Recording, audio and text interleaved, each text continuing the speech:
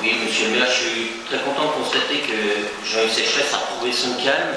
Je me posais la question de savoir si le jeu de chaises musicales qui s'annonçait dans vos adjoints suite à un retour annoncé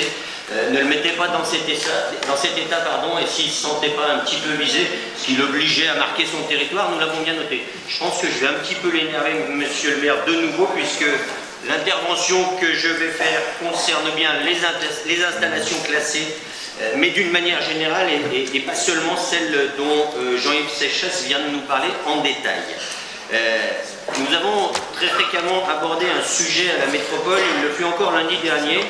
sur lequel notre collègue élu du 4e arrondissement, Jocelyn Edouard, est particulièrement attentif, à savoir les risques d'une quelconque défaillance de la centrale nucléaire du budget, risques qui pourraient peser sur notre agglomération et sur notre ville. Il convient ici de prendre en compte la centrale nucléaire en elle-même, bien évidemment, mais également l'installation de conditionnement et d'entreposage de déchets activés, prévue pour recevoir sur un peu plus de 8000 m², 2000 tonnes de déchets issus de la déconstruction des réacteurs nucléaires.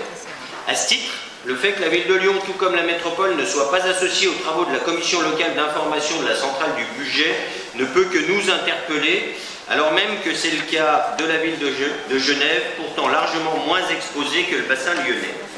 Au-delà du risque nucléaire direct, certains d'entre nous ont pu voir le reportage sur le barrage de Vouglan, diffusé le 13 septembre dans l'envoyé spécial sur France 2 et toujours disponible en replay.